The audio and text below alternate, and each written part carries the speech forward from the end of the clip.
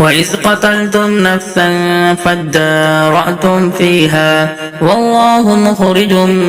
ما كنتم تكتمون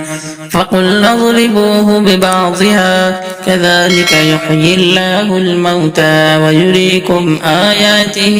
لعلكم تعقلون ثم قست قلوبكم من بعد ذلك فهي كالحجارة أو أشد قسوة وإن من الحجارة لما يتفجر منه الأنهار وإن منها لما يشقق فيخرج منه الماء وإن منها لما يهبط من خشية الله وما الله بغافل عما تعملون أفتطمعون أن يؤمنوا لكم وقد كان فريق منهم يسمعون كلام الله ثم يحرفونه من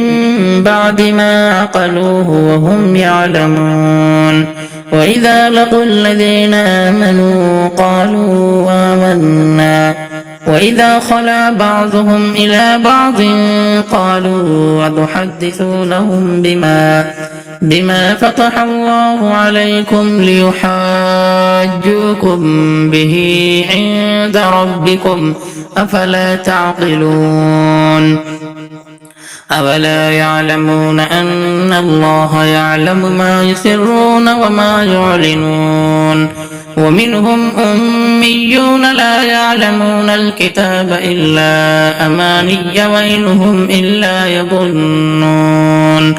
فويل للذين يكتبون الكتاب بأيديهم ثم يقولون هذا من عند الله ليشتروا به ثمنا قليلا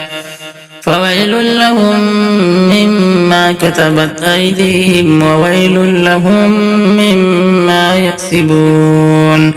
وقالوا لن تمسنا النار إلا أياما معدودة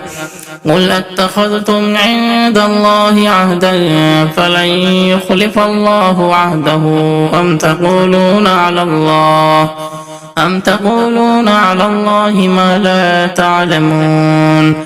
بلى من كسب سيئة وأحاطت به خطيئته فأولئك أصحاب النار هم فيها خالدون والذين آمنوا وعملوا الصالحات أولئك أصحاب الجنة هم فيها خالدون.